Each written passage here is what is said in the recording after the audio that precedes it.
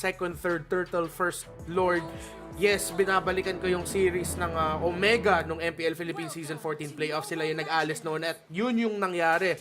So, kaya sila pumili ng EXP lane na sobrang lakas mag-sustain na pwede mo na isipin mo, invadan ba natin to? Igagak ba natin to? So, no worry na yun para sa Blacklist para makabigay sila ng focus sa pagprotekta ng jungle para makapag-farm si MP. Okay, that's the theory. Pero it's gonna boil down again paulit-ulit sa execution ng mga agents to extend the series. Game number 2. Match point na nga po for Aurora. Winner will be advancing. Nakakatakas nga, pero ito na nga yung sinasabi ko kanina, nag-invade na lang yung Aurora at makukuha pa yung skilled lizard ni MP. Okay, so medyo nahihirapan na nga talaga itong si MB to the point na si Renjay ayaw nga talaga pauwiin Renjay? yung members ng Blacklist International. Pero dahil dyan ata makukuha ni Haj yung first blood. So far, kahit pa paano may trade pa rin naman na nakuha ang Blacklist International. But again, it's gonna boil down to kung makakahabol, makakascale up nga ba si MP kontra sa suyo ni Demon Kite. First turtle, up for grabs. Okay. Inumpisa na ni MP yung first turtle ng laban at Aurora, mukhang makaka-contest sila. Tingnan natin kung makakalapit pa dito si Demon Kite. Okay, MP quite low. Pinupuruhan ni Renjay. Guiding wind out. Saved by Perks Ziva. So ngayon, si JM Pinkman may kinain nga doon. Napakasakit naman ng damage! Pero ang unang tutumba rin pa rin naman doon ay si Renjay kapalit ng buhay ni Haj. Perks Ziva quite low. MP. Ito na yung pag-atake ni Edward with the Infernal Pursuit. Papatumbahin si Perks Ziva. MP might be the next target though. Makakatakas nga ba with the flowing blood? Yes, indeed. And JM Pinkman ngayon, pinupuruhan itong si Edward. Little bit of an overextension kaya naman tutumba si Legend Zero. Grabe yung hangin at buhangin tandem ng Aurora. Yung damage na at crowd control na lalabas tong kalidad tsaka nung Veil, pare. Nakakagulat. Hangin at buhangin. Ayan na nga yung buhangin. Tinamaan si Haji pero the guiding wind is there to bring down Demon Kite. Ito na yung aggression na meron pag si Perksiva may hawak na magandang hero, the Matilda working wonders for Blacklist. Grabe, trade ng dalawa at masaya ang MLBB fans sa mga nakikita natin ngayon. Aksyon na aksyon. Gets nilang dalawa yung mga capability nila na mag-trade, mag-invade at kumuha at sinubukan ni Edward na i-delay yung take pero siya ang mahuli at nakuha ng Blacklist International yung kill doon. JM Pinkman siniguradong hindi makakatakas si Edward. Kinain ng buhay. Tapos pinaligiran ng 4 na members ng Blacklist International securing a kill. So far, it's looking good for the agents. 1.5k gold lead. At gumagana nga yung sinasabi mo, get a sustain XP para hindi sila mahirapan, mag-double think sila if mag-invade sila. Pero teka lang, Domingkite quite low here. Napatumba nga si Domingkite pero kapalit naman ang buhay ni Outplayed. Renjay is gonna get a kill at makakatakas pa nga. Grabe, gold for gold. Tapos parehas din yung rotate nila. Downside rotation. So, Blacklist at Aurora, gets na sila yung gusto nila gawin. Si Renjay naman ata makahuli dito. Medyo nag-overextend. Pero ito naman yung hangin galing sa Veil. Pero makakapag-flowing blood si MP. Mahuli doon si Haji. Demon Kite, kailangan mag-back kasi nandito na si GM Pinkman. What is happening? Bigla. Oh my goodness, sobrang intense ang ating game number 2. Non-stop MLBB action ang ating nakikita ngayon. Parehong kupunan, parating may sagot. At ngayon, ang sagot ata ng Blacklist International ay mag-rotate doon sa baba. Mamamataan ba kaya nila kung nasaan si Demon Kite ngayon? Pumasok na with the Daytona Spellcom pero nakapag-dash out pa rin. Here comes Outplayed! Nakapag-Summon Force in, forcing Doming Kite sa ultimate pero nahabol pa rin ni Perksiva and ni Haji. Tutumban na naman si Doming Kite. At mas-zone out dito yung Aurora, hindi nila madedepensahan yung Torres sa baba. Katulad ng ginawa ni Edward sa game number 1. Ngayon, si JM Pinkman naman ang nag-iwan sa EXP lane para makapag-aggressive full rotation dun sa baba para matulungan si Harith at dun naman siya babalik sa lane niya kasama si MP para susubukan nila hulihin si Edward. Flicker out para makatakas. Buti na lang wala pang kain doon si JM Pinkman pero sabi na rin ni Jay, eto na yung buhangin!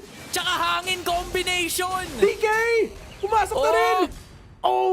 Huli si JM Pinkman!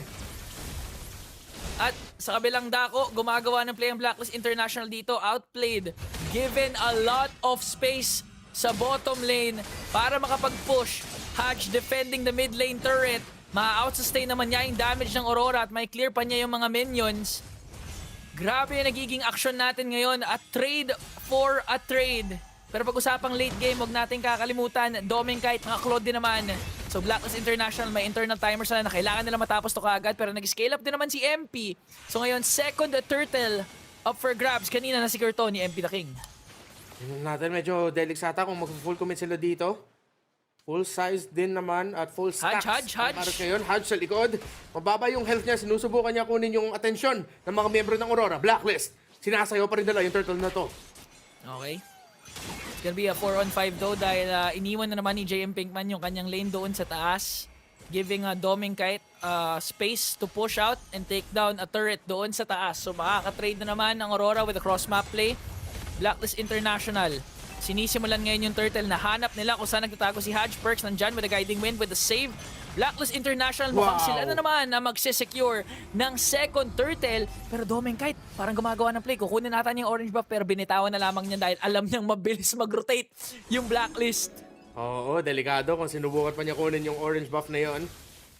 And Blacklist International, nileverage nila yung pagpunta ni Doming Kite doon sa top lane. Nakita nila, sandali, may konting espasyo tayo gumawa ng maliit na push sa mid lane para makapag-react sila Yue at Renegade. At nung nakita na ng Aurora na medyo delikado na yung pwesto ng mid lane minion wave, binitawan nila yung control sa turtle, tapos binigay na lang nila sa Blacklist International. Papunta ng tank build Alice, or tingnan natin kung yung third item niya mag-hybrid kasi nag-Clock of Destiny at papunta ng Dominance Ice. Nakuha na nga ni MP yung second item niya.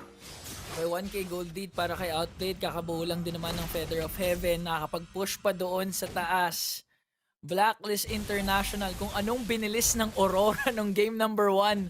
Tinatry nilang labanan Parang gusto nila, lane 11:37 nyo kami Sige, tatry naming tapatan. 2.3k gold lead para sa mga agents. May sagot din naman ng Aurora doon sa baba. Nakuha sila ng bottom lane turret. So, macro ngayon ang pinapaglabanan ng dalawa. The mga macro ngayon ng Blacklist International dahil sa pagbagsak ng Torre sa top lane. The second tower is down para sa Aurora.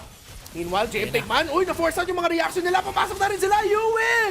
Sumabog yung hangin ng Aurora at wala na ang veil. Wala na rin ang buhangin. Blacklist International biglaan lumaban. Si Edward sinusubukan niya i-sustain pero double kill para kay MP. Inahabol rin nila si Demon Kite pero kailangan niya mag-out. Invade sa purple buff. Tatlo ang nawala. Blacklist lamang. Grabe yung circling eagle doon ni Perkziva. Nag-attempt si Demon Kite na mag-try i-force out yung red tree neto ni MP doon sa purple buff niya. Nung nag-circling eagle, akala mo i-commit kay Demon Kite pero sumegway si Perks Sinegway niya kay Renegade kaya ang bilis nilang na-burst down si Renegade kasama ni MP. At ngayon, Blacklist International, 4,000 ang kanilang kalamangan. Full control over this lord. Tignan natin kung makakasagot na ba yung Aurora. Pumasok si Renegade with a Raging Sandstorm. Pero si Outplay naglawawala din naman with the Zaman Force. Unang tutumba ay si Yue. Sunod na nga ata dito ay si Jay. MP sinisiguradong hindi makalapit ang Aurora. Blacklist International, mukha bang may namatay? Wala! 5 agents are ready to take the lord. Pagkatapos nung nangyari sa game number 1, mukhang gising na ngayon ang Blacklist International. Mas nakakaikot na komportable, mas nakakalaban na maayos sa comfort level na gusto nila. At Blacklist, mataas na ang lead nila sa game number 2. Mukhang gusto talaga nila mag-force ng game number 3. Literal na kung ito yung itsura ng game 1. Magkabaliktad lang yung team. Demon Kite, kanina yun yung ginagawa ni MP. Nagtatry gumawa ng cross-map play. Kaya naman nakahabulin siya ngayon ng 4 members of Blacklist International. Mukhang masasandwich siya dito ni MP. Demon Kite! Makakatapas nga pa dito si Demon Kite. Makakadash out ba? Sever, pero hindi enough. Last effort para makadish out ng damage, and Blacklist International secures the kill. Sinabi sa kanya, in 200 meters, turn left. Pero dumiretso si Demon Kite at nahuli. Napunta siya sa maling barangay. Blacklist International. Mukhang itutuloy na nila yung push na ito. Pagdating ng mga minion waves. At yung Lord, kasi nasa taas. Level 1 Lord pa naman na ito. Aurora, as long as mag-respawn na si Demon Kite, maging 5-man full sila, makakadepensa pa rin naman sila.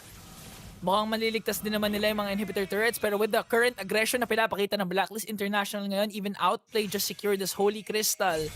Mukhang kaya nila makapitas ng isang inhibitor turret. Pinapasok na ng Blacklist International ng mid lane. May minion sila. Even wala pa yung Lord. Ginagawa na nila Dominkay doing his best to clear. Pero teka lang!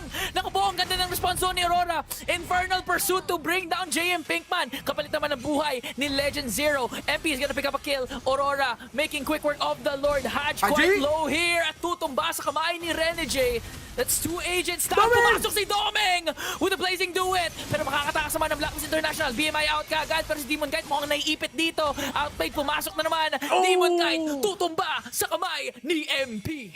Demon kahit masyado malalim doon, wala nang ultimate si Vale kasi nagamit nila sa pag-umpisan ng sequence ayun si Outplay natama huli dito pero sa ilalim ng Zaman Force sumasayaw kahit nasa harap ng Torre at Blacklist International magbaback out. Napakaraming pang-out. Pang-in, pang-out ng Blacklist International with the Matilda pick ni Perks. Just looking at the KDA, 3-1-12 for Perk Ziva. Items dominated talaga by Blacklist International. Again, outplayed. Kaka-pick up lang ng Holy Crystal. Alice mukhang so far nagka-tank build. Oracle tsaka Dominance Ice into a Winter Crown as well para maka-entry at make sure na hindi siya mamamatay. 5,000 difference. War Axe pa lang ang yung full build path ngayon ni Demon Knight. On the way to the third item, is International. Invade pa rin. Ayaw talaga nila bigyan ng resources si Demon Knight at natulak nung Barats. Ayaw talaga nila ibigay yung purple buff para kay DK. Ang hirap. Parang ang kunat na nga ng katapat mo. Hilda, Barats, Alice. Tapos, yung mga moments na pwede mo na silang mapitas, guiding wind lang ni Perksiva. Nakatakas na kaagad yung mga agents. So ngayon, kailangan on point talaga yung pwedeng maging setup ni Renegade at ni Vale, yung hangin-buhangin combination na sinasabi mo nga kinakailangan maka-burst down kaagad ng members of the agents.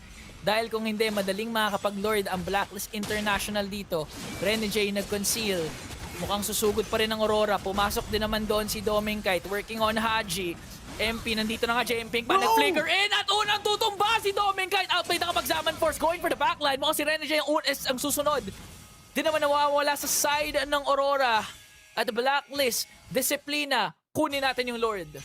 All or nothing draft, sabi ni Coach Bon Chan. Not word per word, dinadramatic effect ko lang guys. Blacklist International, pinapagana nila yung draft na to. Ang ganda ng condition, the EXP lane Barats. Yes, sa early game na papa-invade or na-invadean si MP pero nag-respond yung Blacklist International. Hindi rin sila natakot na mag-invade para mabawian yung mga ginagawa ng Aurora sa jungle nila. At dahil doon, dahil sa walang takot sa pag-trading ng Blacklist International, ang dami nilang nakuha. Now at this point, lamang na lamang, potential endable kung makukuha sila ng magandang pick-off bago mag-umpisa yung Lord or early into the Lord fight. Kills ng Blacklist nung game 1, 7. 7 lang. Natapos. Aurora, may 7 kills na yun. So, talagang katulad ng game number 1 yung nagiging kinakalabasan ng game number 2. Lord, marching in the middle lane. Tignan natin kung sinong una makakaseta. Perksiva pumasok na with the flicker! Oh! Okay, Nat, makakakuha na ng isang Dominkite. Wala na good leader dito para sa Aurora. Wala na yung main damage source nila pero kaya